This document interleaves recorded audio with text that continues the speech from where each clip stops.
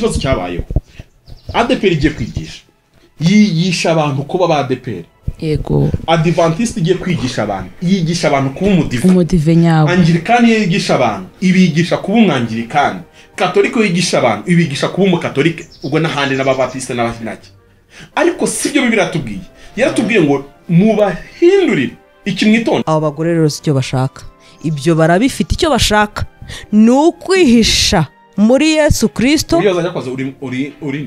barashaka ko basuhuza mu izina rya Yesu ubaramutse muri Yesu ashimwe ariko ibyo Yesu ashaka ko bakora ntibabikore kagakiza nk'umuco w'Imana muri twebwe ntabwo dushaka kukakira rero modo w'umukristo ni Yesu gusa apana pastor wawe apana profete runaka apana bishop runaka Yesu niwe kitegerezo wenyine iyo bigisha ku Mana y'u Rwanda bayita rugaba rugira rurema n'ibindi bintu biri aho ngaho none ku buryo umuntu ashaka kuyitiranya na yindi sanzwe n'Uwiteka ariko ntabwo ari kuba bakita Imana ntabwo bikigira Uwiteka kuko birabusana cyambere kibibusana n'ukwera kw'Imana ari kumwemera hari no kumwizera ibyo Bibiliya bifatanyije bitaye kugira umwana w'Imana Imana kuvuga muri Bibiliya kwera kwaje gutandukanye na ziriya ikirekanye isobanura ibyo rero nibyo byitwa kubabera kubabera no kuba abakristo no kuba abakristo n'ubwo buzima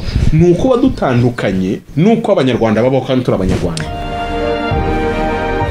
umukwe arahamagara uwumva ijwi rye wese niyitabe tunezerwe twishime tuyihimbaze kuko ubukwe bw'umwana w'intama busohoye umugeni akaba yiteguye imbabazi z'umukiza zamuzanye kuncungura natabitswe n'ibyaha byanjye ankura marankiza nari mwisayo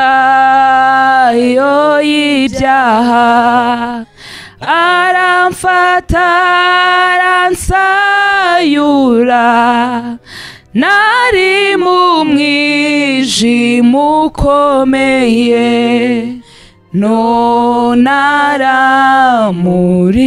aramurikira nari mwisayo y'ibyaha aramfata aransayura nari mu mwijima ukomeye none aramurikira natinze cyane kwitaba Yesu wampamagaraga nyuma niringiye ijambo rye Yesu ankuraho ibyaha nari mwisayo y'ibyaha aramfata aransayura nari mu mwijima ukomeye none aramurikira nari mwisayo y'ibyaha aramfata aransayura nari mu mwijima ukomeye none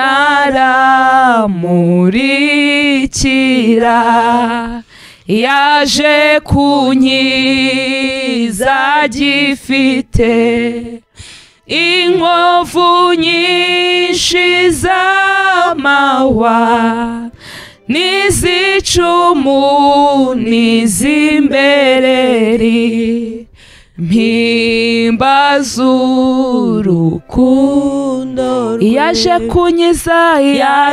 kunkiza gifite inkovu nyinshi z'amahwa n'izicumu n'izimbereri mpimbaza urukundo rwe nari mwisayo nari mwisayo y'ibyaha aramfata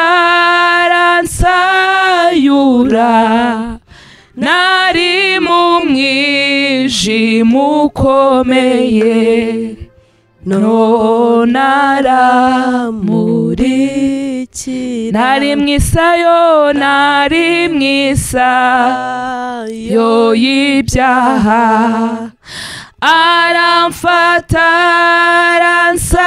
aransayura nari mu mwijima ukomeye none aramurikira none mpora mu mahoro umutima ni muzima ariko icyatumye anshungura akanyiza nshinyisi none mpora mu mahoro umutima ni muzima ariko icyatumye anshungura akanyiza sinkiza nari mwisayo y'ibyaha aramfata aransayura nari mu mwijima ukomeye none aramurikira nari mwisayo y'ibyaha aramfata aransayura nari mu mwijima ukomeye none aramurikira. Turagushimiye Mana, warakoze kudukunda, turi abanyabyaha, ntitwari tuzi Imana rurema, twari dupfuye tuzize ibyaha n'ibicumuro, ubuntu bwawe nibwo bwadukijije, turi mu isayo y'ibyaha tubyigaraguramo. Ubuntu bwawe nk'uko bwagenjereje Abisiraheli, nibuka amagambo Ezekiyeli yanditse mu gice cya 16, wicara ukibutsa Abisiraheli ukababwira ngo yemwe nakunyuzeho wigaragura mu ivata, nkubonye nkugirira impuhwe ndavuga ngo ubeho. Natwe twari abanyabyaha nk'abandi bose, twarabo kugirirwa umujinya rwose, ariko kubw'urukundo Imana dukunze iduha Yesu, bitavuye mu mirimo itegetswe n'amategeko, bitavuye kuba hari ibyaha tutakoze cyangwa hari byiza twakoze, ahubwo bitubiheshejwe n'igitambo cyatambiwe ku musaraba i Golgotha kugira ngo twemerwe n'Imana. Warakoze Yesu kuza mu isi kudupfira, ikumuririmbye twaririmbaga yaririmbye yibutse isayo y'ibyaha yarari. Kimwe mu bintu bigoye umuntu no kutamenya iyava no kutamenya iyajya, kuko utazi yava no kumenya iyajya ntabwo abibasha.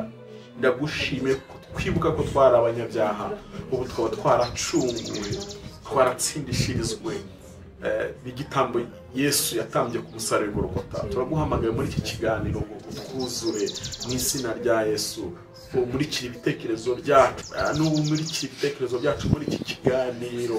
Nta batuvuga ahubwo Imana ivugire muri twebwe, twicare nk'akanwa mu izina rya Yesu. Utweze kugira ngo uvugire muri twebwe, kandi dusabe n'imitima bagiye kudukurikira bose mu izina rya Yesu, kugira ngo ijwi ry'Imana rimwe ryongorera rivugane nabo.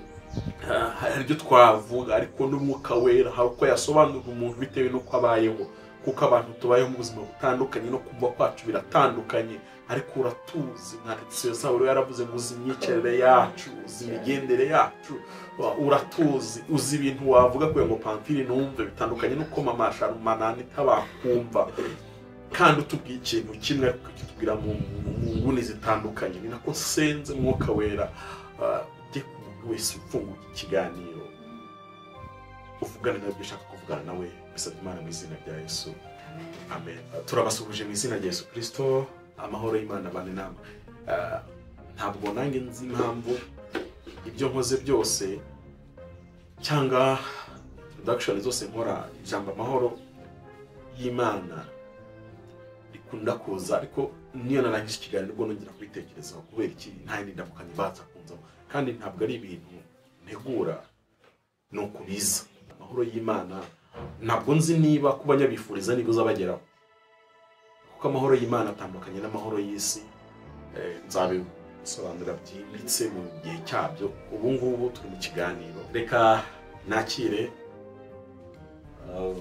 twicaye mu maso kandi mwumva igituma yicaye mu maso bwanjye. Ibi bisobanuye ibintu byinshi. Umuntu asoma igitabo cy'imigani azi icyo bisobanuye, kwicara iburyo bw'umuntu, kwicara ibumoso bw'umuntu. Ndabasuje mu izina ry'Umwami wacu Yesu Kristo, amahoro atanga abe kuri mwebwe. Nitwa Liliane Kariza, Imana iduhana umugisha. Kuki wicaye ibumoso bwanjye? Imana yarabishimye irabyemera. Yitwa Mama Sharma, mwari mumaze n'igihe kinini mutamubona. Kenshi abaga ari inyuma ya kamera cyangwa ari gutunganya ibiganiro n'ubundi ubuzima bwa buri munsi, kubera ko n'Imana yamushyize ibumoso bwanjye kugira ngo dufatanye muri byose. Tumuhaye ikaze, twakire n'umushiki wacu wicaye iburyo. Ndabasuje mu izina rya Yesu, umugisha w'Imana ube kuri mwe. Amazina ni Twishimwe Anita, nishimiye kubana namwe. Yesu aduhana umugisha. Urakoze cyane. Kwicaye gutya ntabwo nzi iki kiganiro kirebye igihe cyane kuko turi gukoresha cyane ebyiri. Ijwi ry'umukwe, kandi umukwe tuvuga ni Kristo, ntabwo ari umusore washatse umugore, ahubwo umukwe tuvuga ni Kristo. Ndetse twaba no kuri Beura washyingiwe, ngo no kuvuga ngo umugeni wa mukwe twavugaga. Tuguhaye ikaze, watangije indirimbo y'umunyabyaha wibuka aho yakuwe, ndetse no mu isengesho nari ndi gusenga byongeye kugarukamo cyane, bivuga ngo umuntu utazi yava ntamenye yaje. Kimwe mu bintu bigoye uyu munsi abakristo no kumubaza ngo wakijijwe ryari, akakubwira umunsi wabatijwe. Ariko umunsi nakijijwe n'uwo nabatijwe n'ibintu bitandukanye cyane rwose. Ikibazo gikomeye nuko abenshi babatijwe batarakijijwe, kandi kubatizwa ni umuhango ugaragarira inyuma, kuko abantu benshi ntabwo bumva ijambo umuhango. Umuhango ni igikorwa ugaragara, usimboliza cyangwa ushushanya ikindi. Kubatizwa ni umuhango ugaragaza ko Pamfili wa kera yapfuye atakiriho, ahubwo hariho undi muri Kristo Yesu. Noneho benshi rero barabatijwe, ariko na Pamfili wa kera gihari ntaho yagiye, ntigeza ni uko n'umuhango baraduferense, niko bakunda kuvuga, nko kutubeshya. Rero uyu munyabyaha we wagiriwe ubuntu akabyumva, aribuke ubuntu yagiriwe, akibuka ukuntu ari mu isayo y'ibyaha. Niba utiyizi mu isayo y'ibyaha, uyu munsi no kukubwira iby'agakiza ntabwo byumva.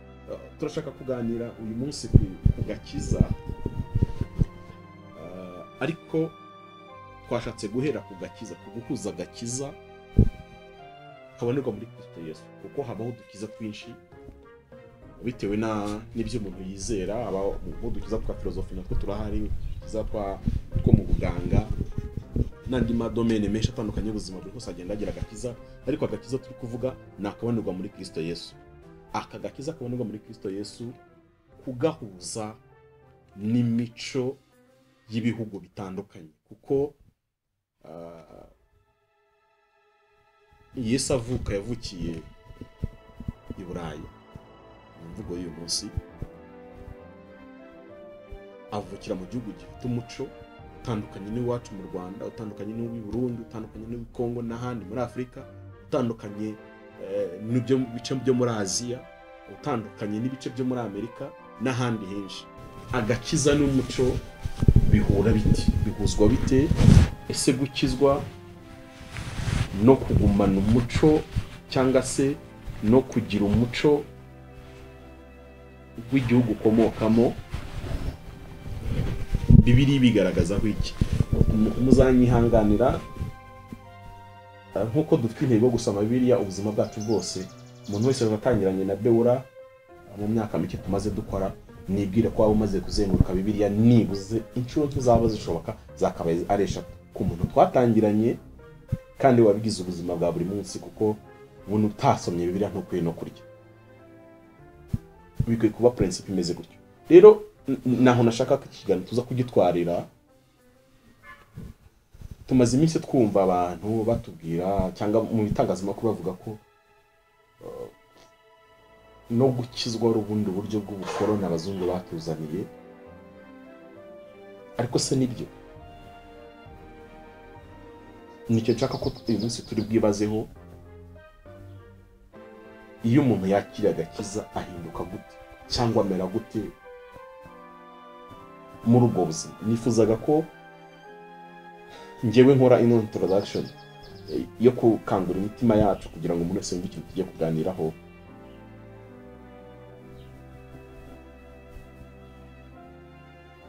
Reka mvuga gato ku ijambo gukizwa, tuziga gakiza ubwako noneho ari cyo cyonyine tugiye kwigaho. Ariko reka manze mvuge muri makeya ijambo agakiza cyangwa se gukizwa. Ndarivuga mu buryo nka butatu. Gukizwa ushaka gusanga abantu babiri bari kurwana, noneho ukabakiza, ukabatandukanya. Urumva ntago bavuga ubundi ko wabakijije bose, akundi ukiza wari uri gukubitwa. Umunyantege nkeya niwe bakiza. Icyo gihe rero ubu mutabaye umukije amaboko yamurushaga amaboko. Ubwo ni uburyo bwitwa gukizwa. Gukizwa nanone bishobora kuvugwa noneho mu kurokora. Nabyo byenda kumera gutyo, ariko aho haba hajemo n'ubupfu. Kuko umuntu usanze ari kurohama mu mazi ukamukura mu mazi, waba umurokoye cyangwa se umurohoye cyangwa se umutabaye. Yego, cyangwa se umutabaye. Agakiza ko muri Kristo Yesu rero ni inzira Imana yaciye kugira ngo ituvane mu butware bwa Satani, kuko ubutware bwa Satani Adamu yabwishyizemo ku bushake. Umuntu aremanya amahitamo ntavogerwa, yemererwa guhitamo ikiza n'ikibi. Adamu yahisemo kugomera Imana, yumvira Satani. Kuva icyo gihe ubu muzi neza ko uwo uripotingaho cyangwa uwo uripotinga ni ikintu cy'Rwanda, utanga raporo, utangaho raporo cyangwa se ubutinyo gutegeka abagutwara muri byose. Nicyo kintu Adamu yakoze, atakaza ubutware yari afite. Mu yandi magambo Satani yatangiye gutwara Adamu. Kuva icyo gihe umuntu abimbata. Niryo jambo Bibiliya ikoresha, imbata. Imbata ni umukozi udakorera ibihembo, aho gukorera kugira ngo shebuja ashimwe cyangwa yunguke. Imbata n'umukozi ni abantu babiri batandukanye. Yishyira mu bubata bwa Satani. Satani amubatisha ibyaha, aribyo bugome, niko Bibiliya ivuga. Icyaha nibwo bugome. Yesu rero Imana amugize agakiza, yamugize inzira yo kugira ngo umuntu akurwe muri bwa bubata we yishyizemo, hanyuma noneho asubirana umudendezo n'ubutware yahoranye mu maso y'Imana. Icyo nicyo tuvuga ngo nagakiza kabanurwa muri Kristo Yesu. Kukambura gutakaza ubutware kwa Adamu kwatewe n'amahitamo, no kwakira agakiza kabanurwa muri Kristo Yesu nabwo ni amahitamo. Ni umuntu uhitamo akavuga ngo okay, Yesu namwumvishe. Ni buryo Yohana yanditse mu gice cya 12 aravuga ngo abamwemeye bakizera izina rye. Hari kumwemera hari no kumwizera. Ibyo bibiri bifatanyije bita kugira umwana w'Imana. Ayo niyo mahitamo. Ako gakiza rero niko tugiye kuvugaho. Bansobanurire ibyo bintu bibiri. Hari ukwemera, hari no kwizera. Ukoze kimwe muri byo ntago byakugira umwana w'Imana. Ntago byakugira umwana w'Imana kuko kwemera ni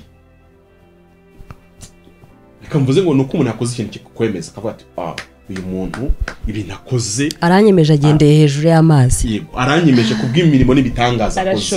Arashoboye. Ni ukwemera ubushobozi afite. Ni ukubona ubushobozi afite ukabwemera ukavuga uti wow, uyu muntu byaranyemeje ku mbaraga afite, niba yabasha guterura bino bintu bikagutera kumwemera. Ariko kumwizera ho noneho, kwizera ni ikindi kintu kuko Bibiliya isobanura ijambo kwizera irisobanura nko kumenya. Kuko Bibiliya ivuga ngo kwizera ni ukumenya udashidikanya ibyiringirwa. Ni ukuvuga ngo ibyiringirwa ni byavuzwe n'Imana. Ngo mu magambo ni Bibiliya yose. Yego. Noneho kwizera ubwo ari kumenya ni knowledge, no kugenda ugira amakuru runaka uhabwa ku Mana. Anatacha kuyivuga mu rukundo rw'Imana, Pamphile akayivuga mu gukiranuka kwayo, Mama Sharama akayivuga mu mbaraga, Sam uri kuri kamera akayivuga wenda mu guhana kwayo. Yego. Gutyo urumva aba bantu bose uko bagenda guha amakuru kuri ya Mana, aragukonvenka. Ugenda urushaho kumenya noneho Imana, kuyisobanukirwa. Uko niko kwizera none. No kuri Yesu nuko bigenda. Yesu kugira ngo mumenye nuko bakubwira amakuru. Barayikubwira ibyo yakoze mu gihugu cya Israel y'uyu munsi, ubwo niko twavuga, ariko ni mu nida icyo gihe uko yagirana agakiza abarwayi nuko yagira. Hanyuma abanyarwanda babikubwira kuko tuvuga mu Kinyarwanda ngo n'abarundi ariko bumva ururimi hari n'abantu muri Kongo bumva ururimi rwacu. Abantu bose abarwanda phone bari kutwumva. Noneho nakubwira Yesu mu buzima bwanjye. Niyo mpamvu dukora ibiganiro by'ubuhamya. Anita akatubwira uko yari atarakizwa, akanatubwira uko yakijijwe nuko ari amaze gukizwa. Noneho urumva nkakubwira wa Yesu Bibiliya iduha ari we kwishurwa kw'Imana, ariko no nkanamukuzana mu buzima bwanjye bwa buri munsi. Niyo mpamvu uzabona Paulo mu vuga tumwe yakoraga kenshi ntibagirwa ubuhamya bwe. Burya ubuhamya Paulo abusoramo inshuro 3 mu gitabo cy'ibyakozwe n'intumwa. Bivuze ngo ni ikintu kinini kubusubiramo inshuro 3. Agaragaza uko yari atarakizwa, uko yahuye na Yesu, nuko ari nyuma yo guhura na Yesu. Ibyo rero ayo makuru ya Yesu ugenda wumva ku bantu batandukanye. Noneho Yesu araza akakwihishurira. Ndashaka gusoza ino introduction mbira umuntu ko udahishuriwe Imana ntabwo ushaka kubimenya. Udahishuriwe Imana ntabwo ushaka kubimenya. Udahishuriwe Yesu ntabwo ushobora kumenya. Ni nacyo kintu twabayeho mu madini, cyane abanyamadini bakora. Ahangaha ariko umuntu ahita yibaza, umuntu dukurikiye ashobora kuba arukijijwe cyangwa se adakijijwe yaguye kuri kino kiganiro, ni gute wahishurirwa Imana? Uburyo bwa mbere yihishurira mu byo yaremye. Ibi twirirwa tubona. Niba wenda kuri kamera ntabwo byoroshye, ibyo ndi kureba mwebwe ntabwo ari byo muri kureba, mwe murimo muratureba. Ariko ngi imbere yanjye hari indabo. Reba rurabo kira giti ni icyatsi ariko cyeze indabo z'umutuku. Ni indabo ugiye gusigaho rira rangi ry'umutuku hari.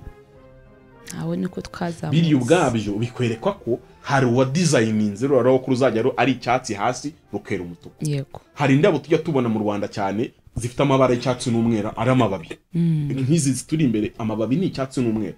Nindi ugenda ugasigaho turaturangi.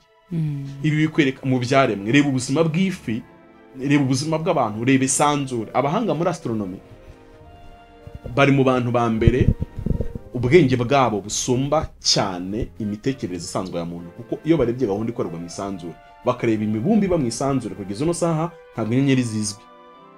Buri mwanya abanyamerika cyane muri NASA nibo bagenda bavuga ngo zabaye ngo miliyari zingahe hashira nk'indi myaka gataba ngo noneho ngo twabonye iziruti zo twaduzanye tuzi gutyo ko bagenda batera imbere. Bareba gahunda ukuntu imibumbi nyuranamo ntagira ugongo undi, bakibaza ibi bintu bifite mu design byanze byemeye. Ibyo no kuba Imana yarashyiriyeho ukwezi kumenyekanisha igihe, izuba rikamenya igihe rirengera, kazana umwijima ukabijoro, inyamaswa zo mishamba zikabona uko zisohoka, mbese imigunzu y'intare kashaka ikamenya ko itagomba kuza ku manywa iza nijoro. Muzareba kandi kano koroshye umuntu amera imvi. Nta muntu numwe wameze imvi yigeze umbwira atari umunsi nashyushye umutwe kubera ko hariho intambara y'imvi n'umusatsi usanzwe ngo banze birwane hashyuhe kimwe gisimbura ikindi. Uko rero ibyo bintu niba Anita aka kantu wambaye hari umudizayini wakadizayininze bikwiye kukwereka ko nino sitizanye tatomye atari ibindi bintu bya ino teori ya Darwin ya Big Bang yo kuvuga ngo ibintu ngo byavuye muri nothing ntishaka kubyara something.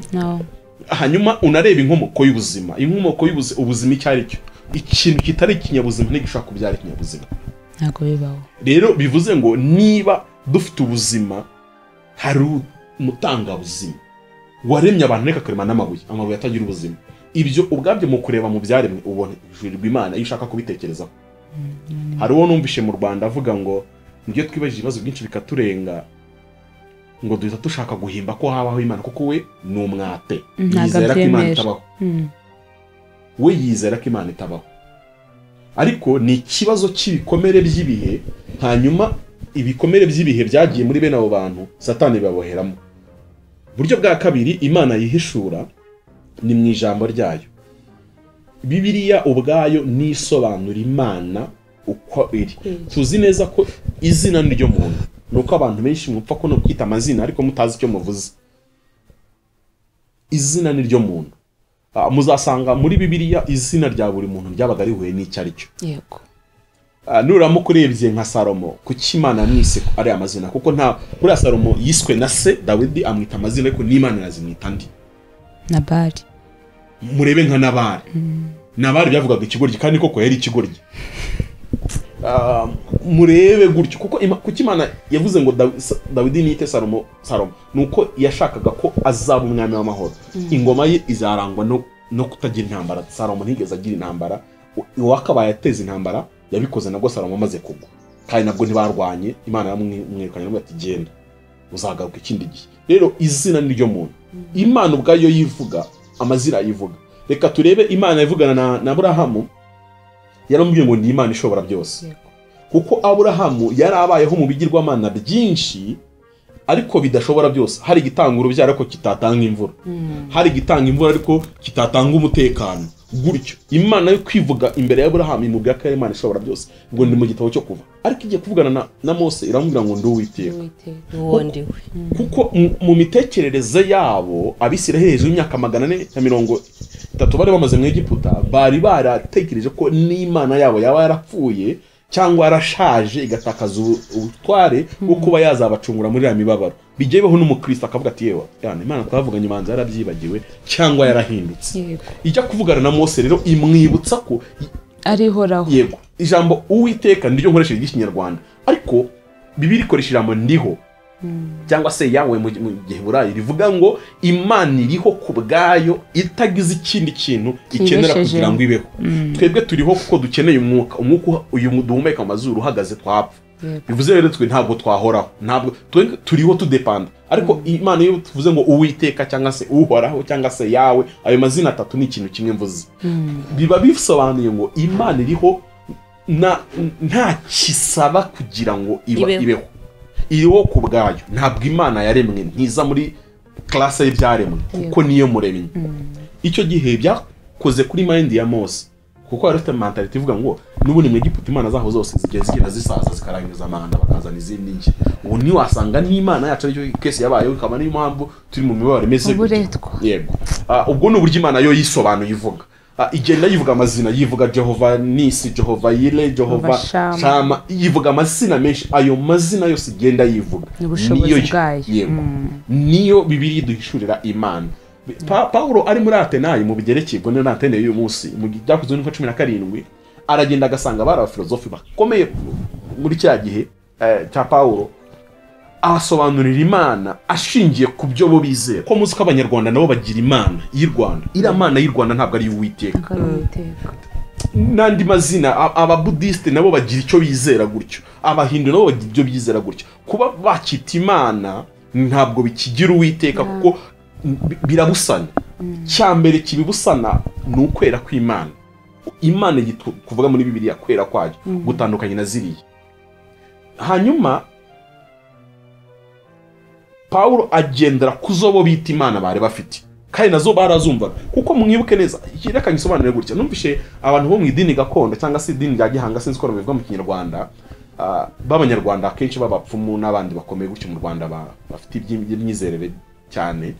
Iyo bigisha ku Mana y'u Rwanda bayita rugaba rugira rurema n'ibindi bintu biri aho ngaho noneho ku buryo umuntu ashaka kuyitiranya na ya yindi isanzwe n'uwiteka ariko ntabwo ari byo kuko mu mico yose abantu bizera Imana bizera ko ari Imana yaremye yagize gute ariko noneho ikiyitandukanya niyi yihishuye muri Israel n'ukwera kwayo kuko aba bizera ko Imana rugira rugaba rugira gute ntibibabuza kubaho mu buzima bw'ibyaha kandi bayivuga bayambaza bayisenga bayigira gute ariko mu by'ukuri iyo mentalite kuyigira no mu byakozwe n'intumwa 17 nari kuvuga bari bazifite bene izo mana zikora ibyo hari nk'imana za Diane za n'imana nyinshi zatangaga ubuzima bati niyo nkomoko y'ubuzima kandi koko bana rwara bajya kuyikorera imihango n'ibindi igakora ntabwo abantu bazi ukuntu abadayimoni bakora bafite imbaraga ntabwo abantu twagiye tubyigishwa twabifashe nk'aho abadayimoni ari ibinyabwoya biri hirya ndi gusobanura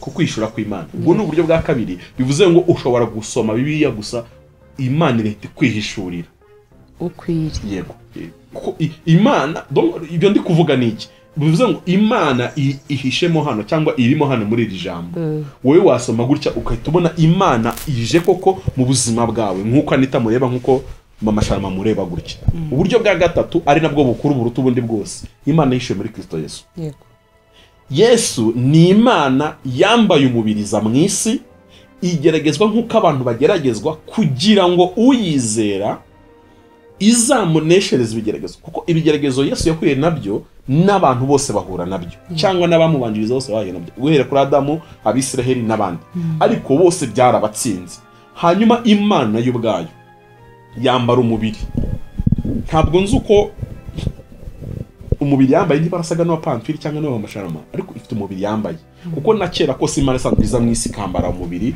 muzi ko agiye gusura nka Aburahamu yazaga nk'umuntu w'umugabo nk'abashyitsi bakarya inyama n'ubugari ibyo byari ubuzima busanzwe kira bakita muri teoloji kitatofani nuko Imana yakwambara umubiri yanze kwambara umubiri rero muri Kristo Yesu yambara umubiri wo tuzi nka Yesu Kristo aza mu isi avuka nk'uko abantu bavuka arageragezwa buriya byanze byemeye Yesu ntiyabuza abakobwa bamuteretaga kuko Yesu yari umustar no mu bwana bwakoraga ibintu bidasanzwe we ntiyari buterete kubera ko mu byamuzanye mu isi yaraje gucungura abantu ntagaraje gushaka ibyo kubaka umuryango nk'urugo n'umugore n'umugabo hanyuma ariko ntiyabuza abakobwa bamuteretaga hari n'ibitabo byinshi Kiliziya Gatolika ifite bitari byahumetswe n'Imana ariko byo bafata nk'iby'amateka ariko ngewe simbyemera avuga ko Maria Magdalene yari umugore wa Yesu n'ibindi biranga ariko ni ibintu bitari biblique ahubwo birwanya Bibiliya ubwabyo kugira ngo tumenye Yesu tumwumva uko yahanuwe azaza n'ubu ni Imana dusanga izaza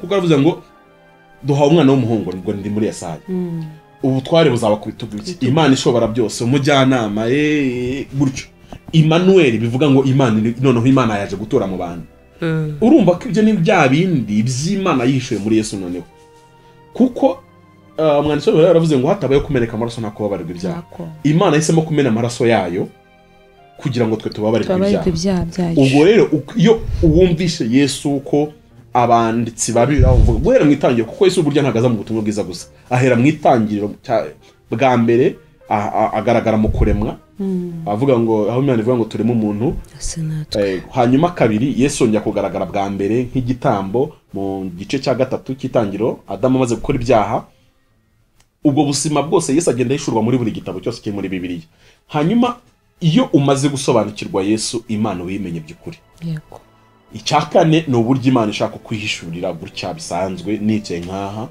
nkumva ijwi ry'Imana yarampamagaye iramvugishije Imana ikankorera ikintu cyari cyose mu buzima noneho mu buryo butandukanye bwa bundi butatu twavuze ariko kandi bubyuzuza butabusana nabyo ibi mujye mwitonda abantu batuye ngo bahishura Imana ngo umuntu agiye mu ijuru ngo abone Imana yambaye rinete njyewe nambaye zino rinete kubera ko ndwaye amaso ubu nzikuyemo sinasoma na Bibiliya nicyo nagiye kubaza uyu muntu mvugisha ndabwirwa n'iki ko ari Imana cyangwa se ari ijwi rya Satani ari indi myuka ikintu Imana itandukanaho n'ibyo yaremye Imana igira ibintu byinshi biyiranga bigera nko muri 15 ikagiramo ibyo yihariye bidahuza n'ibyo yaremye ariko ikagira n'ibyo yaduhaye nk'urugero kumenya Imana natwe yaduhaye kumenya ariko kwacukurira imiti yo kumenya kwa ni kugira unlimited yerezo ubwenge urukundo imbabazi ibintu biri aho byose Imana yaduhaye natwiye ariko hari ikintu Imana yihariye itandukanye naho n'ibindi bintu byose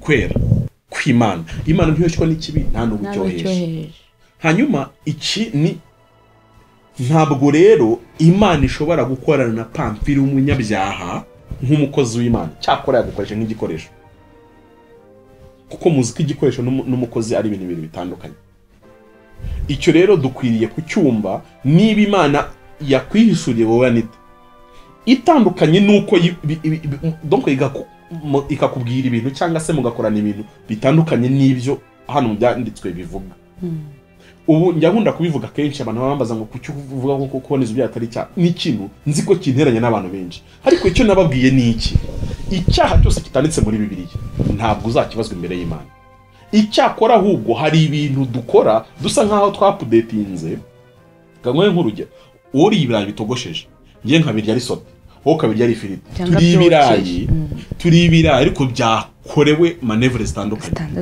n'ibyaha byo muri Bibiliya abantu basigaye barabikoreye izindi manevre ariko mu by'ukore bya bindi reka tubwire abantu ibyo byaha bya Bibiliya rero kuruta ko tuza kubwira abantu utu twaha turi inyuma tutari kutwo turi manevre niba urugero Pamfili kwisiga amavuta no kwisokoza gutya ari ubwibone nagize ntabwo icyaha nakoze ari gusokoza gutya ni bwibone bwanteye gukora ibyo Imana nijya gucura ubanza ngo Pamfili umwibone kandi nzabibona ko nari umwibone ko no mu nagiye muri nk'abandi abakobwa barambona batera barabimeze gute icyo nicyo bwibone ntabwo bwibone ari bwa buryo n'igushishije ntabwo bwibone ari umupira nambaye kuko si ikibazo cy'umupira ikibazo ni cyane kwambara umupira kuki waje kuri kamera se usokoje kuki utahisemo kudasokoza gusokoza no kudasokoza ni uburyo bwo kwiyuba kwanjye nasokoje nabasa nabi kandi Pawulo aravuze ngo mujye mwesha agaciro nk'abakozi b'Imana bagabura ibyaha donc urashaka ko abantu babona look yawe isa neza kuki biratandukanira he n'uyu muntu wasokoje mu buryo ashaka ko hari abantu bamubona ashaka ko hari aba aseduiza urumva ngewe nta muntu nashakaga ko impression ngo anyiteho yite kuko ngaragara kuko uko ugaragara mu abantu bize iby'imitekerereze bazi ko uko ugaragara niko kuvuga cyane kuruta ibyo uvuga ari nayo mpamvu muzabona abantu bize ibijyanye n'imitekerereze y'abantu cyane muri fashion na modeling babwira umukobwa bakamwira ngo message nino keneye gutanga muri public si amagambo uri buvuge physical appearance niyo mpamvu muzasanga uyu mwuka w'abadayimoni winjiye mu barokore umuntu asigatega igitambaro ukabona kimeze nk'igifite amahembe ntabwo turi buze kubona pasteur cyangwa se ngo profete cyangwa se ngonde ngo tubone ubutumwa yavuze urabona igitambaro tekirize ku gitambaro aho ngaho abantu babyumve neza kuko ngiye nigeze gukora kuri televiziyo ariko banyangira kujya kuba presenter babivanye kukuba ndi umurokore kuko barashaka ko look yanjye uyu munsi mba nasokoje imisatsi igiye hano iyi misatsi eje kabiri hano ubundi nkaba nabinditse biri hariya donc barashaka ko look yanjye ihora ihindagurika abantu bambone bajye bahora bambona ndi mushyashya ibyo rero niyo message uko tugaragara nibyo bivuga cyane kuruta ibyo tuvugisha umuntu niyo mpamvu uzabona byoroheye nk'ubu dukoze iki kiganiro tugashyiraho cover z'abantu bambaye ubusa n'ibintu mbese bindaya bimeze ukuntu cyatumbagira abantu bashika mbakireba cyane nyamara titire twanditse ntabwo ari yibakuruye nibyo twavuze mu kiganiro mo imbere ntabwo ari bakuruye ahubwo nyine sirabizi satani arabizi ko ibyo bintu bikora nayo mpamvu rero akora ibishoboka byose kugira ngo mu mashani ibyo bavuga byose ariko kusi inyuma niko kuri buvuge kuruta ibindi bintu byose ibyo rero nibyo nandi gusobanura ngo uko Imana yakwishura uko ariko kose kugomba kuba kutabusanye nuko kwa hano muri Bibiliya ndetse nuko muri Kristo Yesu uvuze ibyo gutega cya gitambaro bakagitega nk'ukuntu gusekeje bitarumva twahita twinjira mu gakiza neza n'uyu muco dushaka kubisanisha byanze bikunze uko wahereye watangiye usobanura gukizwa bisanzwe bya kinyarwanda n'agakiza twakumva ko byanze bikunze agakiza ari umuco w'Imana ariko uje mu bantu ba Kristo ba Kristo nshaka kubimpuriza rero n'uyu muntu uteze uru runtu ameze nk'aho ari ingofero yashyize ku mutwe hakaba n'undi muntu ugiteze bisanzwe ese ntashobora kugitega muri ubwo buryo bujabiriye ariko nta yindi intention afite. 2:7 nani ndi gusenga kizabona Imana mu butumwa bwo gutambutsa mu bantu benshi ariko ishyiramo akantu kantangaje iravuga ngo ifite urutonde mu ijuru rw'abantu bakira amasugi kuko ubusugi bakobwa mu nkuriki ubusugi buvuze ikintu kinini cyane mu maso y'Imana n'ubumanzi ntabwo ari ikintu cyo gukinisha kuko hari ikamba risambikwa abantu barinze ubusugi bwabo no bibirivuga ubware ariko mu kirwana kiza no ubusugi kwango byumvikana barinze ubusugi bwabo n'ubumanzi bwabo hari ikamba iryo ngiye sinzaryambara kuko ngenda umugabo iyo ni umuhamagaro w'abantu bazakorera Imana ariko batarashatse rero ni ikintu mukwiye kwitonderaho cyane Imana iramubwira ngo mu ijuru ifite abantu ku isi mukira amasugi rwose ariko mu ijuru muri ku rutonde rw'indaya zikomeye none umva ikintu kiranshanze pamfiri mu ijuru ndi indaya ariko mu isi sindasambara na rimwe Imana irambwira ngo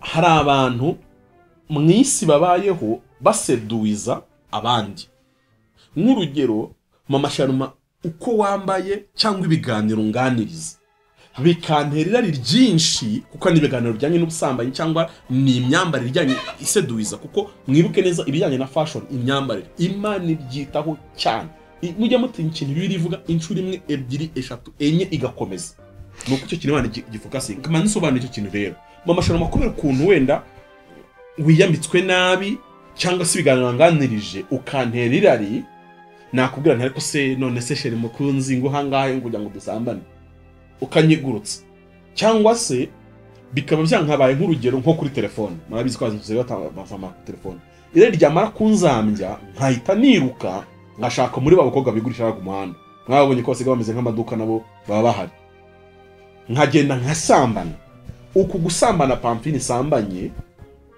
mama Sharma niwe natanze urugero mwihangane n'uyu mukobwa wundi twasambanye dusambanye mu ijuru turi bata kuko ni wowe wanteye impamvu yo gusambana byateye sowato nuko wari wambaye nuko warugize gute niyo mpamvu Yesu yavuze ngo aho kugira ngo ugushe umwe muri bano bato wahambiriza urishyo mu ijosi bakaguta mu nyanja muzi ko urusyo dupimye densité muri physique ruguye mu mazi ruramanuka rukajya hasi kundi baruguhambireho rero nawe ntabwo uzagaruka nubwo waba umaze muzi ko umuntu umaze gupfa kenshi arareremba akagaruka hejuru ariko urusyo bakuziritse mu ntabwo gatuma uzagaruka yabuye ntabwo gatuma uzagaruka rero ibi bintu by'abantu bakwiye kubyitondera uko bagaragara kuko kuvuga ubutumwa ikihe ni ubuhe butumwa ushobora kuba ubutumwa bwa Satani cyangwa ubutumwa bw'Imana ariko nanone bashobora kuba bagendera kuri ijambo uvuze rivuga ko Imana ireba mu mutima ikwireba mu mutima ubwiwe n'iki ko nteze njabiriye kubera tubwibare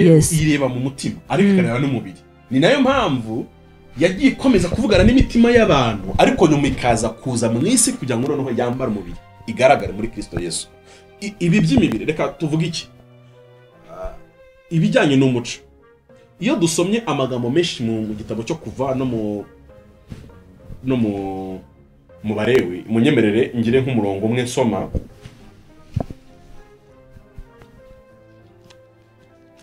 mu gitabo cy'abarewi niyo nasoma igice cya 20 ngasoma umurongo 26 wonyine haravuga ngo kandi mu mbera kuko Uwiteka ndi uwera kandi ndabatandukanirije n'andi mahanga kuba banjye aya magambo nusubira inyuma mu kuva igice cya 19 noneho ndashaka kuyahuza aya magambo Imana ihamagara abisiraheli ibavanye mu Egiputa bari bamaze imyaka 430 yego imyaka 430 uri mu gihugu uri umwene gihugu uko biri kose generation ya kane muri abene igihugu murebe u Rwanda tuvuga ko turi abanyarwanda uretse na 400 niyo wamara 20 uba wamaze kuhinduka nk'umwene gihugu bivuze ikirere aba bantu ngo batuye Gosheni ariko bari nk'abanyegiputa mu bindi bintu byinshi niyo mpamvu muzabona bimukanye n'ibigirwamana byo mw'Egiputa kuko nibyo basenga bari barabaye nkabo neza barabanyabyaha nk'abandi barabapagani nk'abandi mu magambo Imana ikomeza igenda ivugana nabo nko mu kuva 19 ugongeye kwinjira kuva 19 mitenje muri 2021 habamo inkuru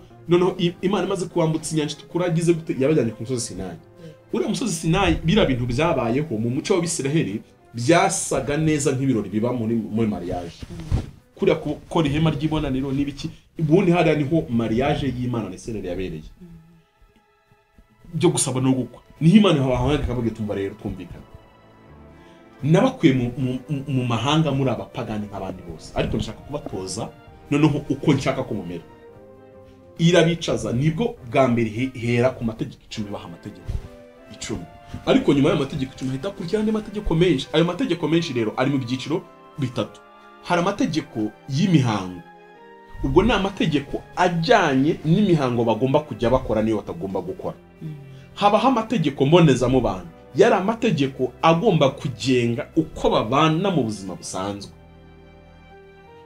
uko abaturanyi bagomba guturana uko umubyeyi n'umwana bagomba kubana nkuko hano mu Rwanda umuntu afite ubutaka agomba kubwandikisha umubyeyi agomba kubyarira kwa muganga nta muntu ugomba gusagara uniga mu kubite nta muntu ugomba kwiha ibyundi yaba ku buriganya cyangwa ku ngufu ayo niyo mategeko mbonezamubano byo bugita civil laws mu Rwanda bwo turabigira buri gihugu kigira amategeko mbonezamubano yacyo yihariye yego bakagira n'andi mategeko ya gatatu yari amategeko noneho ngenga myitwarire moral laws ayo mategeko ngenga myitwarire y'Abisiraheli niyo yagombaga kubatandukanya n'ibindi shyanga iryo byose byihariye izo si nka za ndangagaciro dufite twebwe ndangagaciro mu Rwanda hanyuma rero ayo mategeko ngenga myitwarire mu Bisiraheli baragira arahindukira kaza no mu Kristo ariko aya mategeko mbonezamubano n'amategeko y'imihango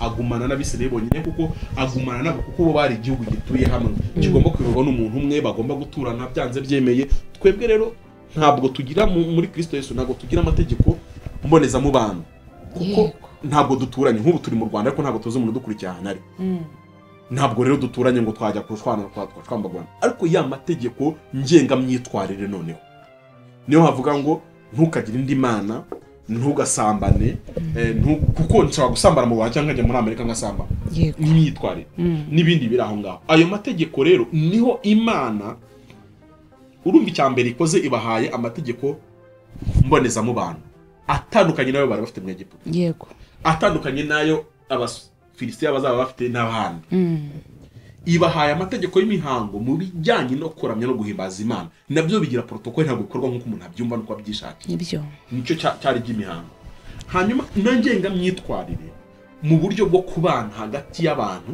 n'Imana uko bakwiriye kubaho ibyo rero urumva ko noneho Imana irimo irabigisha ibitandukanye n'ibyo bari babaye irimo irabahindura ubuzima bari babayemo iri kubaho ubwabo niko gukizwa bimeze niba nkijijwe hari ubuzima narimbaye mu ntakijijwe yego noneho hari nubwo ngiye kwakira kuko gukizwa agakiza n'ubuzima abari muri Kristo Yesu ababaye ibyaremwe bishya byakira ababishize nuko nibiki bishira rero hashira ubunyarwanda hashira uburundi hariko hashira uburundi cyangwa hashira ubunyaburundi simbizi hashira ubunyaburundi hashira ubukongomani hashira ubukongomani hashira ubunyamerika hashira ubwongereza simbizi ariko nabivuga hashira ibyo ngibyo tuvuga hakabaho undi muntu none wa muco w'ubunyarwanda uravaho hagasigara wa muco w'Imana ntabwo hasigara aho guhatangira kuko ntabyo rusanga yes hatangira umuco w'Imana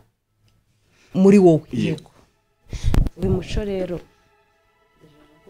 usobanuraho neza ijambo rivuga kuri Efurahimu rivuga ukuntu ngo yitandukanyije yamaze kwivanga n'andi mahanga ngo yameze imvi z'urutarutaro aba nk'umutsima udahinduwe uhiye kandi kimwe n'ikindi tudahinduwe. yes Reka mvuge ngo lokasiyo ahantu hitwa muri Kristo Yesu ugiyemo wese niwe utoranyijwe, ni nk'igipangu turimo. yego ukavuga ngo abantu bazaba bari muri Kristo Yesu niba Imana izaha ubugingo, hanyuma udahari ntarimo nta bugingo azabona. Iyo bigisha ku Mana y'u Rwanda bayita rugaba, rugira, rurema n'ibindi bintu biri aho ngaho, noneho ku buryo umuntu ashaka kuyitiranya na ya yindi isanzwe yego n'Uwiteka, ariko ntabwo ari byo rwose. Iyi mirimo myiza abanyamadini, umuntu wize neza, reka mbabwire nk'idini nizeho nkabona imico yabo nkumva yo wana d'excellence.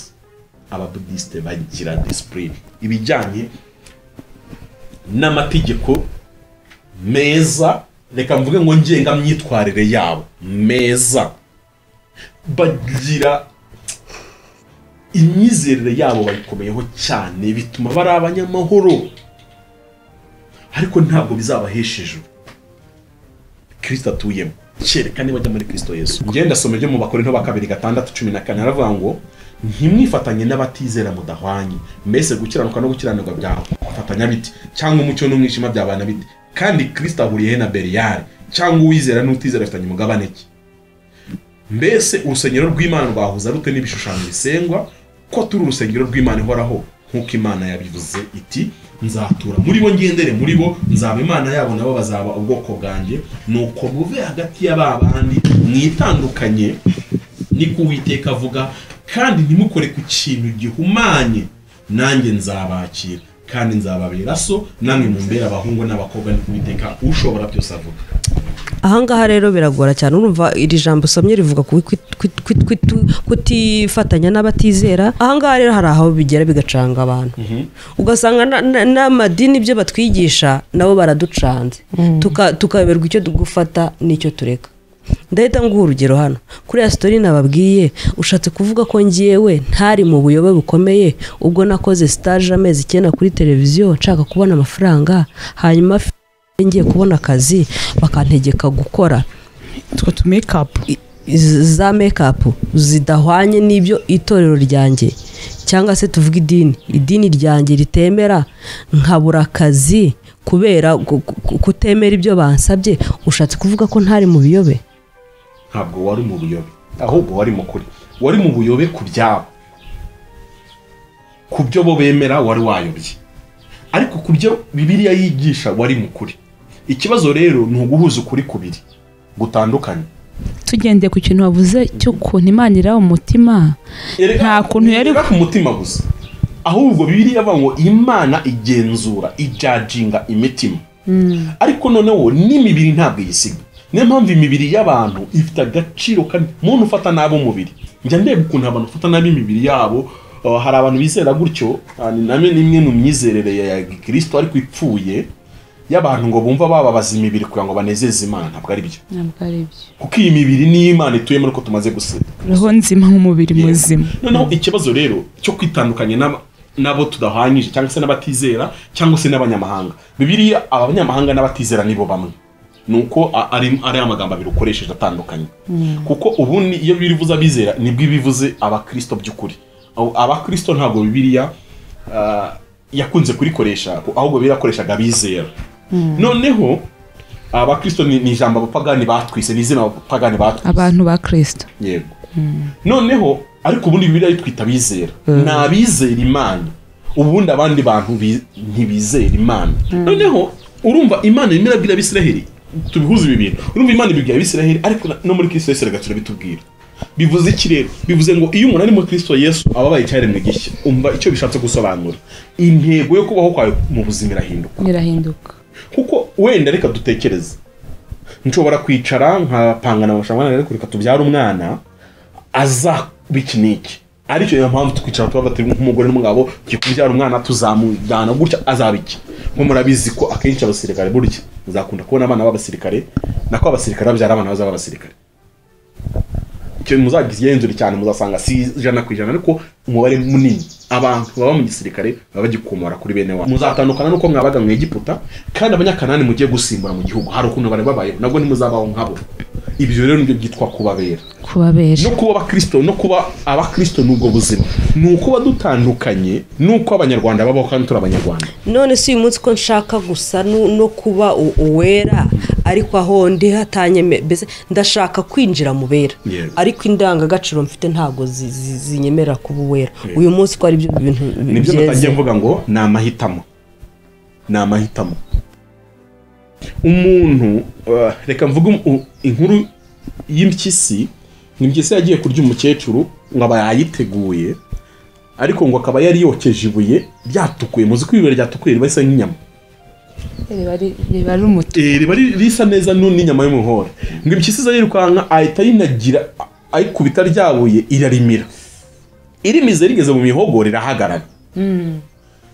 impyisi iti mire umuriro ncire akaryoshye ihera mu bungabangabo kandi niko ibere kwitwika niko inyama ziri gushya.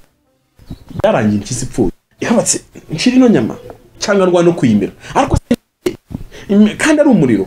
Ubuzima bwacu abantu bugizwe n'amahitamo. Ndashaka kwibutsa abantu Kristo niwe cyitegererezo wenyine, ntabwo pamfiri ndi cyitegererezo cy'umuntu wese. Rero modo w'umukristo ni Yesu gusa, apana pastor wawe, apana profete runaka, apana bishop runaka. Yesu niwe cyitegererezo wenyine. Mubaye mubona mfite imvi ariko zidakwiriye zitari uruyenzi, wantekereza ko nshaje nyamara imyaka yanjye ari y'ubwana. Jeune vieillard ni ikintu kiraho kidafite umusore w'umusaza abaho se. Muzi ko ubusaza muri Bibiliya bivuze ngo gusaza no gutakaza ubushobozi bwo gukora. Yego. Noneho uno muntu umurebye wakibaza niba ari umusaza cyangwa niba ari umusore. Ni nako umukristo wivangamera. Mukandi mubonye mu rusengero cyangwa mu bintu byo gusenga ubona ajya mu ijuru. Ariko noneho wareba ibindi bintu abayemo nabyo ukabona nabyo arabizi. Ni umupagani. Noneho bikagucanga no gukizwa urahinduka kuva ku bworo bw'ikirenge kugeza ku musatsi ku gitwariro, kuko aho hantu hose Imana igenda ihita. Turebere hamwe kuri muri Yesaya igice cya 4 haravuga ngo uwo munsi abagore 7 bazajya ku mugabo umwe bamubwire bati tuzitungirwa n'ibyo kurya byacu kandi tuzajya twiyambika ubwacu, ariko uduhe kwitirirwa izina ryawe udukize urubuga rw'abantu. Abantu icyo bashaka ni ukwihisha muri Yesu Kristo kugira ngo bakire urubuga rw'abantu. Ni ukuvuga ngo besubeho we kuvuga ngo nta urakabura idini. Mfasha turebe umugore ikintu aba akeneye ku mugabo nuko amwambika nuko amugaburira. Nibura izo nshingano ubundi umuntu abaye afite ibyo bintu bibiri abigufiteho akajya amubwira ati ngiye nzajya nkwambika ndetse nkugaburire saa 11 nke nkubona mu rugo. Muri magambo umugore akeneye kudepanda ku mugabo. Yes, byanze bikunze umuntu abaye aguhaye ibi bintu icyo agutegetse cyose wagikora. Abo bagore rero icyo bashaka ibyo barabifite, icyo bashaka ni ukwihisha muri Yesu Kristo. Barashaka ko basuhuza mu izina rya Yesu, ubaramutse muri Yesu ashimwe, ariko ibyo Yesu ashaka ko bakora ntibabikore. Kagakiza nk'umuco w'Imana muri twebwe ntabwo dushaka kukakira. Turashaka ko umucongo wacu muri Afrika. Yego, ariko nako kazi. Noneho hari n'umucungo w'Abanyamerika bafite imico yo kuba pastor reka nk'inzoga. Ndashaka kwibutsa abantu bagenda kuri iyo myumvire. Njya numva abantu hano ku YouTube bayivuga. Mujye muri Afrika y'Uburengerazuba muraza gusanga bo bizera ni imyizerere ideologique. Bavuga ko umuco wabo urutagakiza. Niyo mpamvu ukizwa ariko ubanza kumetiriza umuco ukabona ibyo kuza gukizwa. Ku buryo mu bihugu byinshi byo mu Burengerazuba bwa Afrika tuvuze ibyo bihugu, tuvuze za Cameroon, tuvuze za Senegal, tuvuze za Nigeria n'ahandi. Yego. Umupasteri ashobora kuba ari n'umukuru w'umuryango. Chef de famille murabizi ko no mu Kinyarwanda turabagira. Hanyuma uyu mukuru w'umuryango ni ugomba guterekera ize kwiconnect n'umuryango neza babana amahoro. Hanyuma pastor uzajya uva ku terana kwera ariko wenda kuwa mbere cyangwa se kuwa gatandatu mwabanje no gukora imihango ya Kinyarwanda. Yego. Ari no we waridinze ibyo guterekera no kubandwa n'ibindi biranga ngo ndi kuvuga mu mvugo y'iwacu. Kwango n'abantu babyumva byose ni kimwe bikorwa ku isi hose, ibintu byose babikora kimwe nuko bitandukana ku mazina gusa. urumva abo bantu uyu muntu uri kumusobanurira ngo arakijijwe cyangwa ntakijijwe ntabwo abyemera kuko azi Bibiliya yarayize mu mateoloji atandukanye mu makaminuza atandukanye ariko yanze kwakira ko agakiza ubwako ni umuco mushya Imana ishyira mu bwoko itoranyije kugira ngo bihe ubuzima butandukanye n'ubw'abandi naho uyu munsi uko indaya zambaye zigiye gutega ni nako amashanuma yambaye agiye kuririmba ugasanga bitandukaniye akurumva byapfuye kera byapfiriyeho kuko nko mu Bisiraheli abana bavukaga babigisha iby'ijambo ry'Imana babigisha amategeko y'Imana ntukice ntukagire gutya mbese ugasanga umwana akuze azi umuco waho neza umusiramu uzahura nawe usanga akana gato kagahinja afite karatandiye kandi katazi ibyo ari byo uyu munsi warorera usanga uyu munsi nyine twebwe ibintu biravangavanze none barabitwigisha bivangavanze tukabifata bivangavanze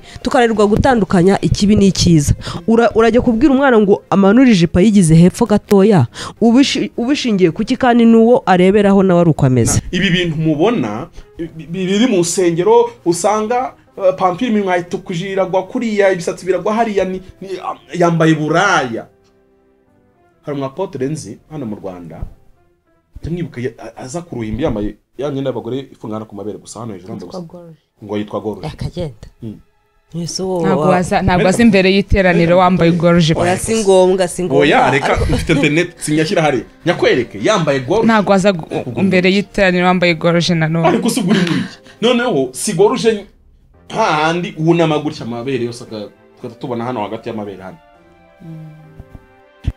ko numwe ngo bakomeye ngambwira ukuntu ndi bujye guhana umwana wanjye mubwira nti mbabarira wigize hepfo gatoya mbabarira wambare wikwize gutya dukwiye gutekereza ku bintu nta kintu na kimwe kiri mu buzima bwacu bwa buri munsi bibiri tavuzeho habe n'iki kimwe ubundi ahantu bipfira nk'uko amashema yavuze twibukiranye ko bari abagore hari umuntu wabyumva akiyumva nyine history zinaha ariko bari abagore bigaragaza itorero rya Kristo atagiye umuntu byumva kumva nyine n'abagore ba hano hanze kira ego twumve ko ari itorero rya Kristo hanyuma umugore tumwumve nk'itorero rya Kristo ariko rero abagore bari abagore bakaba ari abantu bashatse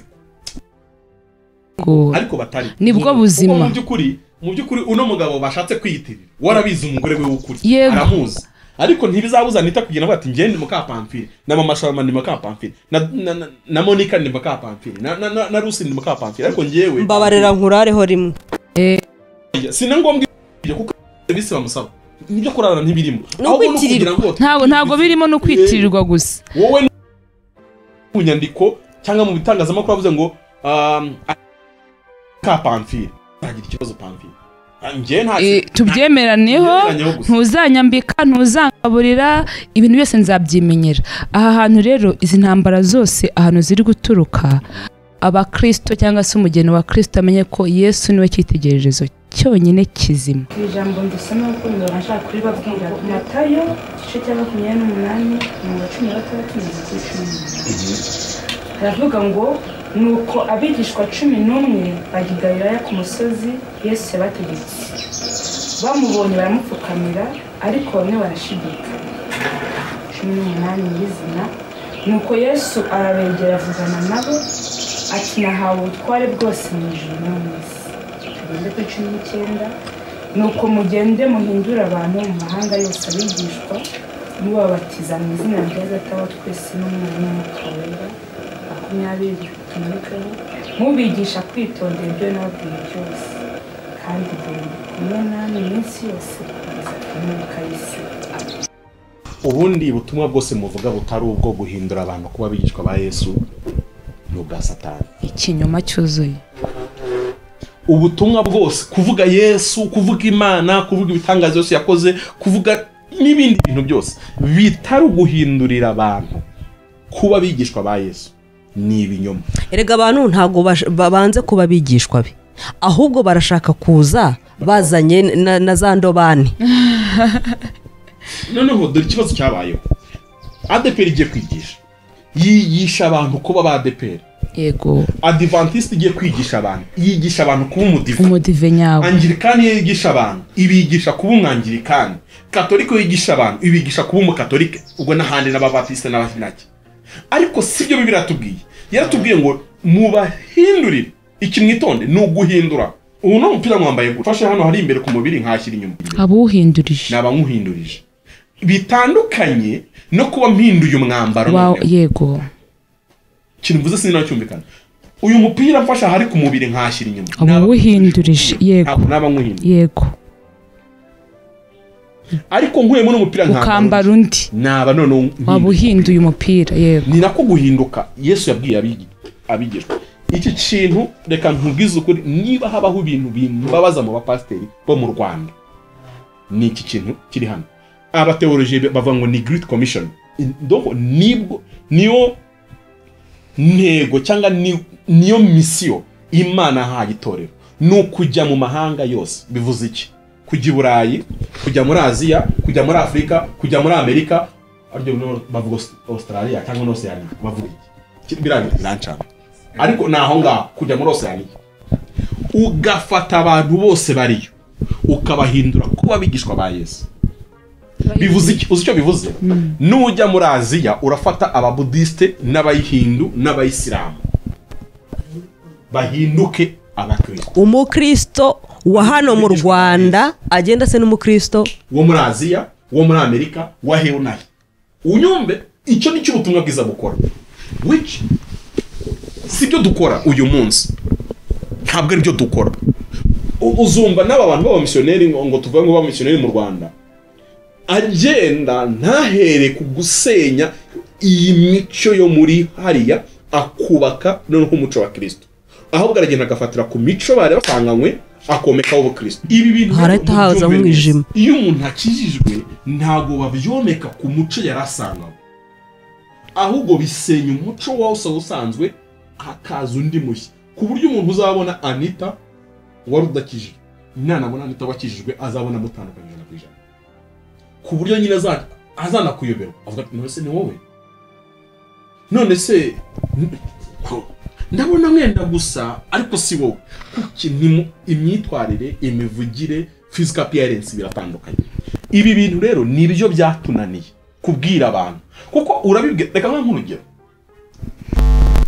ibaze nk'ubu wowe ndi pasteur Pamphile, sibyo mfite idini ryanjye nshinze vuba, ariko hari umugore witwa Anita akora nko mu nteko ishinga amategeko, ni umudepite, kandi none no umudepite ukize bya bintu uvuga ati Pamphile umukozi w'Imana akiri no modoka igigendamo, kandi nanjye uzakodesha sare y'urusengero. Ariko Anita nuko akunze amagambo mvuga, ariko yanze guhinduka umukristo. Bizajya bituma rero igihe cyose njya kuvuga nzajya mvuga ku buryo ntamubangamira, namukomeretsa, kuko nimukomeretsa ari bwivumbure sare tubure ko tuyikodesha n'aya modoka bitware. Hari abantu nsi hano mu Rwanda byarabaye, umuntu akajya atura sheke, byarabaye hano ajya no kurega mu rugo gusa, ni inkuru yabaye hano mu Rwanda ngo nabyo kwivugaho n'abapasiteri byabayeho. Hanyuma ngo aza kujya ikibazo na pasiteri kubera ubupagani bwe, nyine yarasambanaga cyane ariko atura menshi, kandi yaturaga akoresheje sheke, ajya kurega muri leta.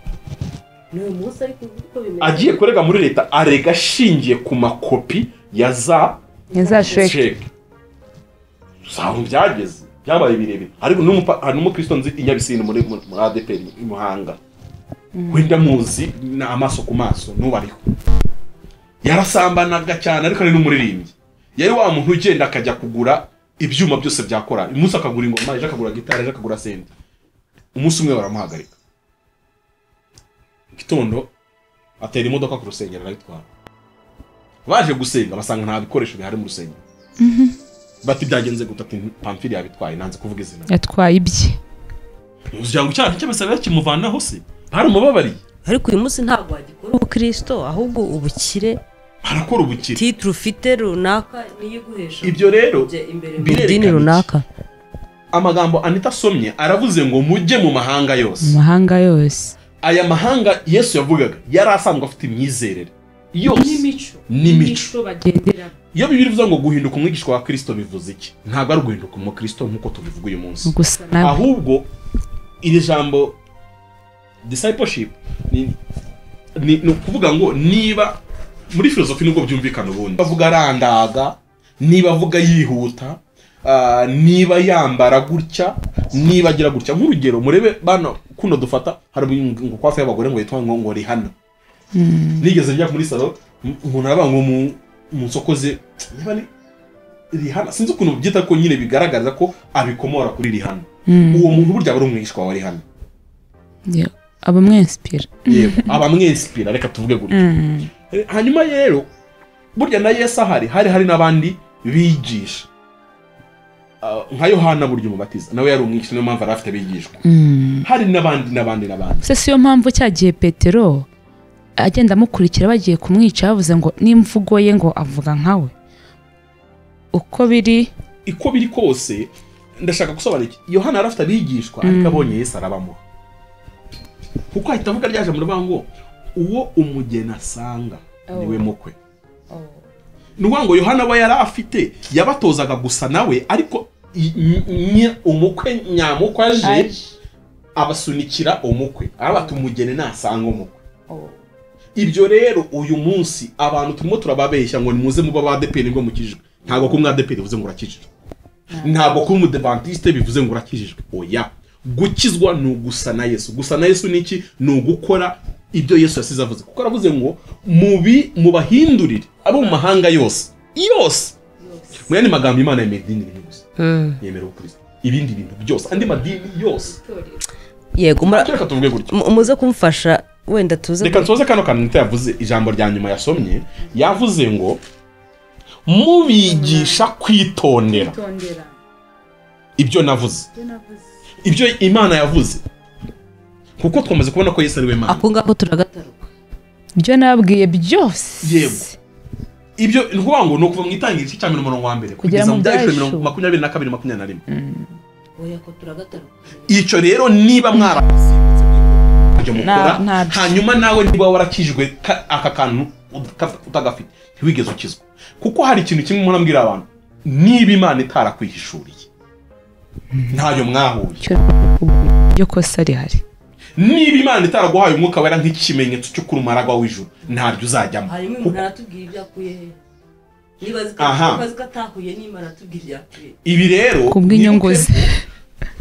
Paulo ni wavuze hari abantu batekereje ko kubaha Imana ari uburyo bwo kuronka indamu. Hari abantu baje mu dufite abapadiri benshi bagiye mu gipadiri kuko icyo gihe aribyo byari bwarwo buzima bwo gukira mu miryango. Ababyeyi bagakoresha ko byose umwana bakazamukira mu gipadiri bazi inyungu bizava. Icyo gihe nanze akazi kamembe yari amafaranga 300 yari menshi cyane kandi nari nyiri umukobwa nari ntarashaka. Icyo gihe nanageragezaga gukora ibiganiro nkashyiramo za stand up, bazita stand up mu biganiro nirwo gukora inkuru warangiza ukavuga uti ukagaragara uti aha turi byagenze gutya na gutya. Ako stand up zanjye rimwe na rimwe akazikuraho kubera ukuntu kubera physical appearance ko nta misatsi mfite kubera ko bimeze gutya. Usokoje bisanzwe byakiroko. Narahavuye njya gukora akazi mu kinyamakuru cyandika aho ntari bugaragare bazamuduhomba iki 100. Urukumva ko ibyo bintu mu by'ukuri ntago mbyicuza ariko icyo gihe nari ndimo. Umvise icyo bisobanuye rero. Ni hahandi nashakaga kukwerekana ko ukuntu nyine bitarya.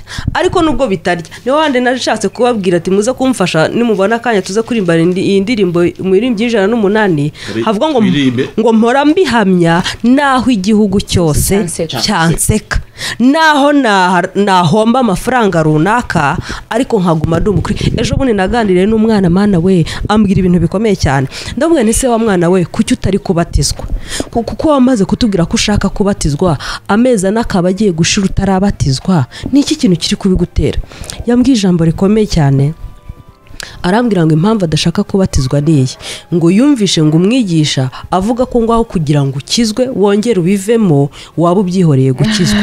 Arambwira ngo hari imiti afata ngo itatuma abatizwa ngo abe umukristo, ngo hari imitanywa bivuze ngo hari indwara afite afatira imiti, iyo miti nayo beye ubwoko bwayo. Arambwira ngo iyo miti ngo ntago yabasha gutuma akizwa ngo bikunde. nahise mubwira ijambo narabaye cyane ndavuga ese wa mwana we mbabara umbwiye ko ushobora kuzamuka ukajya hano ku muhanda imoto ikakugonga ugahita upfa urumva wajya mu ijuru atuye ntago najyayo ati cyakora wenda biri kugenda biza ndabura nkakangahe ngo iyo miti nimara kuyifata bizajya ku murongo nkizwe urumva ko ari kubikora abishaka nahise mubwira ijambo rikomeye ndabwira ngo naho ngiye umubiri wanjye wabura nkajya njoginyo ariko nzi neza ko nzahabwa ubwami bw'Imana nabyemera ni gute wowe ushaka kwibuza ubwami bw'Imana kugira ngo ubone iyo miti byanze bikunze ni imiti uhwanye umwizera wa Kristo adashobora gufata byarambabaje cyane ariko uyu munini byaravuga ngo naho igihugu cyose cyanseka naho mbi byanjye byose ariko nzaguma mba umukristo ibi rero nidushaka tujye closingira tubwira abantu ngo usa nandi mwibuke ko ibi bintu akenshi dukunda kubitsindirira ku bakobwa kuko aribo bagaragaza cyane impinduka ku buzima ntabwo mu Abisiraheli bano bari kuri Sinayi ntabwo bambaraga amaherena ntibagiraga ibi bintu by'ibisa muzibuke no mwivuga ko Yesu yigize yicarana n'indaya irandaya ntabwo ari ko abantu bari bazi isambana ahubwo uko yagaragaraga inyuma kuko Bibiliya yigisha imyambaro ubwoko butanu hari imyambaro y'abatambyi yari imyambaro itandukanye umutambyi n'undi muntu wese usanzwe kandi twege muri Kristo Yesu turi abatambyi mu bwami bwa Kristo bivuze ngo ni na mpamvu burya ibintu byo kwambara amakabutura ntabwo kera abagabo bambaraga amakabutura Imana yazana kugira ngo abatambyi bajye bayambara najya ku gicaniro agiye gutamba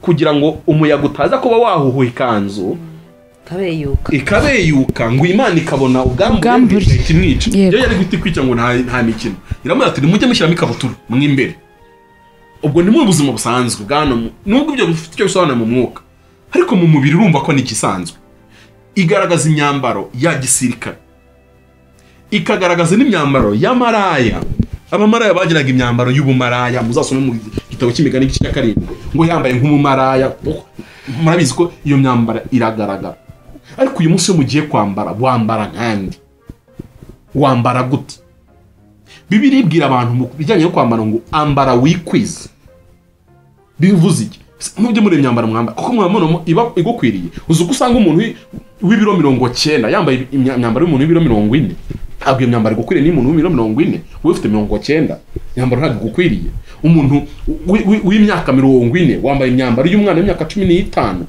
ntabwo iyo myambaro igukwiriye icyo mukwiye kucyumva nacyo tukakitaho hanyuma iyo Bibiliya ivuze ku bijyanye no kurimba Bibiliya bivugaho inshuro nyinshi nkunze kubikora ibiganiro kenshi kurimba kwawe nukuhi no kwimpressiona abantu umurimbo wanyu we kuba w'inyuma ngo umurimbo w'inyuma nuwuhe none biriti no sobanura ngo ni imaragarita n'amazahabu n'ibindi bintu biri aho ngaho ntabwo ari byo Bibiliya kubwira ibi nabyo abantu bicare babyumve hari umuntu wambwiye ngo turindushye mba prenze odenda tukwibumbisha inyuma y'ikiganiro hano ngo twanze kwakira gakiza kubuntu ko gutsindishirwa n'umuntu kuba kwizera ariko ibuka neza ko kwizera Yakobo avuga ngo kudafite imirimo kuba gupfuye hari imirimo yo kwizera ni iki kigaragaza ko nizeye nuko hari ibintu nkora cyangwa ntakora kubera kwizera kwanjye ntabwo twizera gusa ngo wow Yesu ngo ndakwemera ngo umuntu umugabo ngo niwe waremye ijuru n'isi ngo kandi ngo urera hanyuma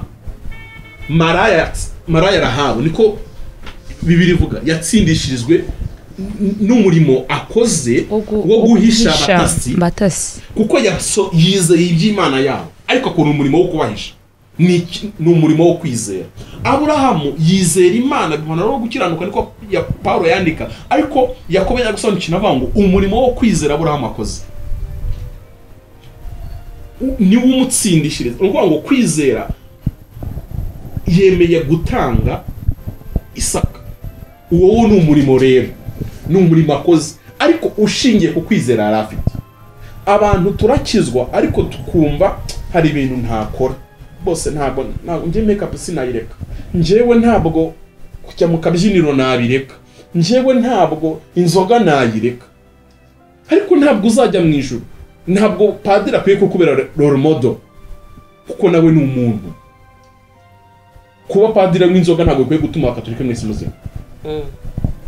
Kuba hari umuvugabutumwa hano mu Rwanda uri guhitinga w'iminwa itukuye meze ukuntu meze wambara imyambaro y'amarangi ntabwo akwiye kukubera icyitegererezo, kuko Yesu yasize ababwiye ngo icyambere ivugabutumwa ukwiye kujya kubwira abantu aho bava bakagera, ni ukubwira abantu bose ko utari muri Kristo Yesu azacirwa biteka. Ndumva ibanga ririmo hano rero ari uguhura na Kristo, kuko utahuye nawe ntabwo uwo muco wawumenya. Ikintu kirimo dushake Kristo n'ubwami bwe, ibindi byose tuhera tubimenya. Soma ibyanditswe byera, gira umwete ubigira ubuzima bwawe. Nkunda abantu ngo niba utasomye Bibiliya ntukarye, kuko umuntu w'imbere we ntiyariye, uw'inyuma kuki umugaburira, kuko nugaburira uw'inyuma azanesha uw'imbere.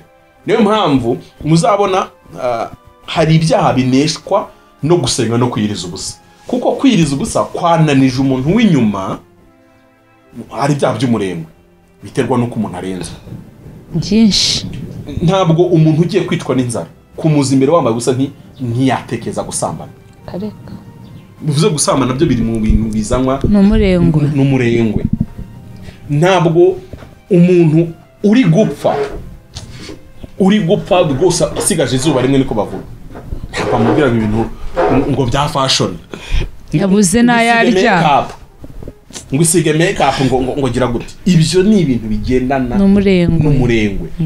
Ntabwo umuntu uri kuvirirana makase hano umutsi abona agiye gupfa wamubwira ngo amaramini wamubwira ngo ariko ngo hari umukwaferi ngo ugezweho ngo ufite ngo saro ngo yadutse se sihuriyeho n'umutsi wa hano uri gucika. Uwo muntu uri gupfa akeneye kumubwira ngo hari umuganga mwiza witwa Yesu. Twatangije indirimbo ivuga ngo imbabazi z'umukiza. Nahoze mu Isayo. Ikibazo gikomeye ni uko abantu ubuzima mwahozemo mutaritwa abakristo nabwo mubayemo uyu munsi mwarakijwe. Cyakora wenda mwahinduye ko musiga mujya mu rusengero, ariko mwibuke ko izi nsengero nk'inyubako sizo nzu z'Imana. Ariko se kuko aba yarakijijwe hari n'utwita gukizwa atari byo, ari nabyo usanga biteye izo ntambara zose. Bashobora kuba ari igishiko kandi gakise katari muri Kristo Yesu, kuko natangiye mbivuga hari utundi dukiza.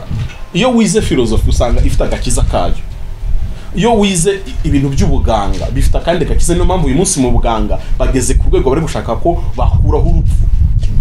Uyu munsi intambwe bamaze kugeraho basiga barudureyinga, donc bararukerereza ku buryo Anita ashobora gupfa twamushyira mu cyuma akamara imyaka 10 ariko Anita gihari tutaramushyingura, ku buryo nta cyemezo cyafatwa ku bijyanye n'umutungo wa Anita, kuko Anita ibyuma byakerereje urupfu, ariko mu by'ukuri yarapfuye. Niducomokoroho bya imashini arahita agenda. Ibyo niho technology muri medicine igeze.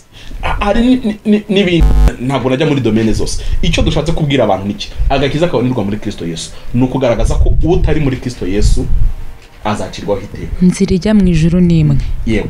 Otomandi ubwo twabonye ko agakiza ari umuco w'Imana mu bantu ariko ba Kristo. Yego. Ifo pakwe ushaka kunezeza abantu cyangwa ushaka gukora ibintu ugendeye ku muntu runaka, ku itorero runaka, ku idini runaka, ku bantu runaka mugendana ngo niko bimeze, ahubwo wowe indorerwamo yawe ni Kristo.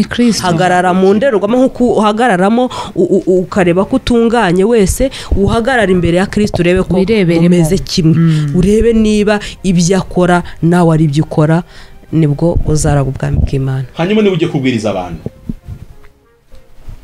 bwira abantu ko hari ubuzima bubiri umuntu akwiye guhitamo cyangwa inzira ebyiri. Imana yagiye ishyira ngo kizi inzira ebyiri imbere yanyu, urupfu n'ubugingo buri muri Kristo Yesu gusa. Niyo nzira. Reka turime cya gitero cya ya ndirimbo 8.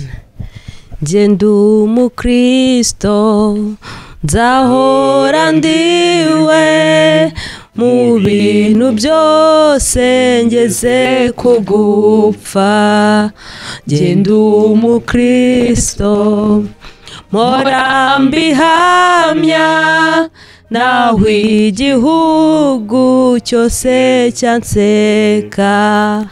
Genda umukristo wo mu mutima, kuko ubu nsigaye nkunda Kristo.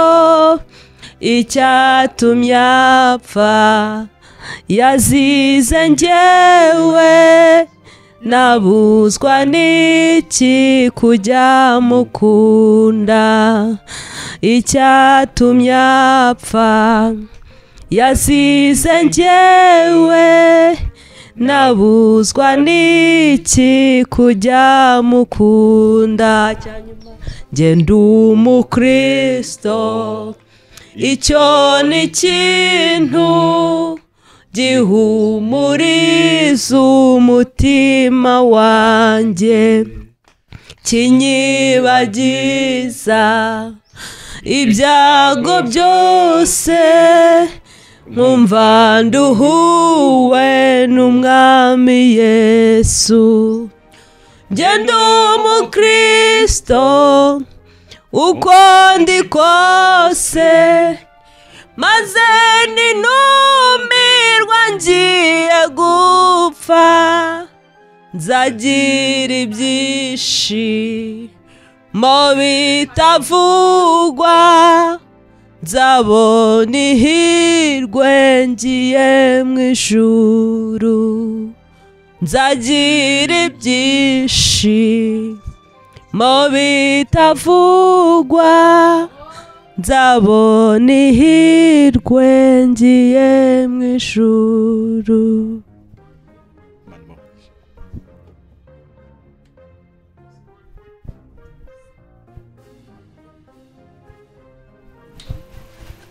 ni wowe cyitegererezo kizima itorero ry'umunsi nta yindi nzira ntayo bwiza mu Rwanda tuganiriye byinshi uze ukore kuko turi inaha mu isi nk'umugeni wawe udutunganya buri munsi udutunganyisha ijambo ryawe imbaraga zawe hari benshi bisanze bataranyuze muri iyi nzira nyayo ariko ntitubashishe uturinde kuba nka bariya bagore bifuza gukwitirirwa gusa oya ahubwo ntidushoboze kuba bawe tugize neza kutugira nayo